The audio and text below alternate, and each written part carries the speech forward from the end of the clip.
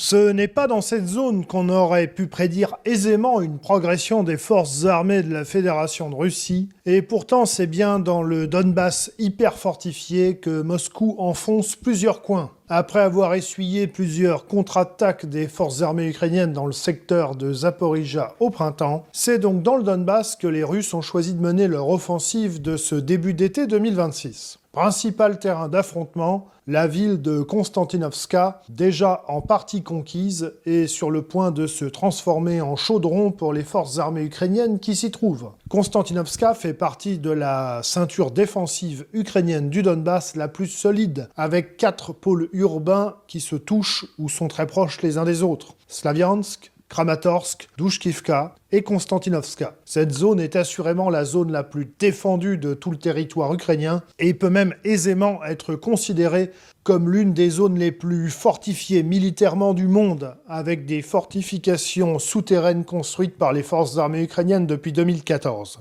Autre secteur du Donbass dans lesquels les Russes semblent progresser, la ville de Liman, au nord de Sloviansk, tandis qu'ils s'approchent également d'une autre ville fortifiée, Dobropila. La conquête du Donbass, ou de ce qu'il en restera, semble rester un objectif absolument vital pour le pouvoir à Moscou, qui doit au strict minimum terminer le conflit en ayant conquis l'intégralité de cette région symbolique, sauf à vouloir mécontenter dangereusement son opposition de droite en interne. C'est d'ailleurs sur le Donbass que les plans de paix proposés par les Américains ont jusqu'à présent systématiquement échoué. Les Russes, plutôt flexibles sur le reste, refusant la moindre concession sur ce point précis. L'autre actualité marquante du conflit russo-ukrainien, ce sont les frappes menées par Kiev sur plusieurs raffineries et dépôts de carburant à Moscou. Les images spectaculaires de ces frappes tombent à pic pour Volodymyr Zelensky, qui participait aux réunions du G7 dans le but d'obtenir un soutien accru de ses alliés occidentaux.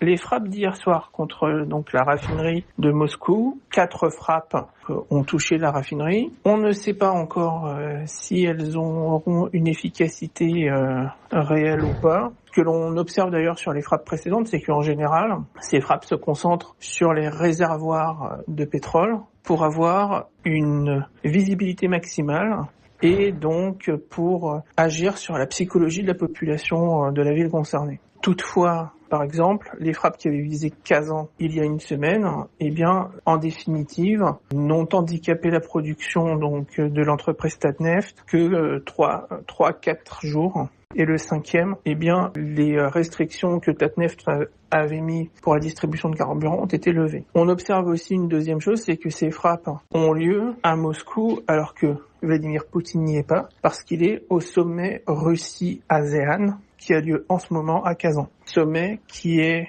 extrêmement important pour la Russie, étant donné que l'ASEAN est le bloc économique qui connaît la plus forte croissance, sur les dernières années, et que tous les chefs d'État et de gouvernement de l'ASEAN sont venus à Kazan sans aucune exception. Autre point sur lequel les Ukrainiens multiplient les frappes, l'axe routier Novorossia, qui relie Mariupol à la Crimée et que Kiev perturbe lourdement depuis plusieurs semaines, rendant les approvisionnements de la péninsule de Crimée très perturbés. Une situation qui pourrait, selon Romain Bessonnet, finir par dégénérer.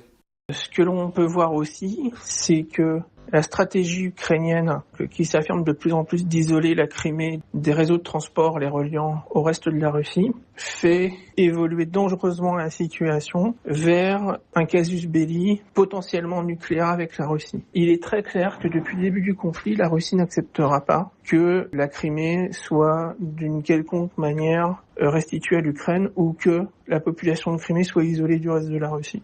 Et donc, ce qui avait été arrêté dans les années 2022-2023 par les Américains, qui à l'époque avaient bridé les missiles HIMARS pour empêcher des frappes ukrainiennes sur la Crimée, ont été complètement levés. Et l'Ukraine joue dangereusement sur le seuil nucléaire. Car pour la Russie, priver la Crimée d'accès au reste du territoire russe est un casus belli et est une atteinte à ses intérêts vitaux.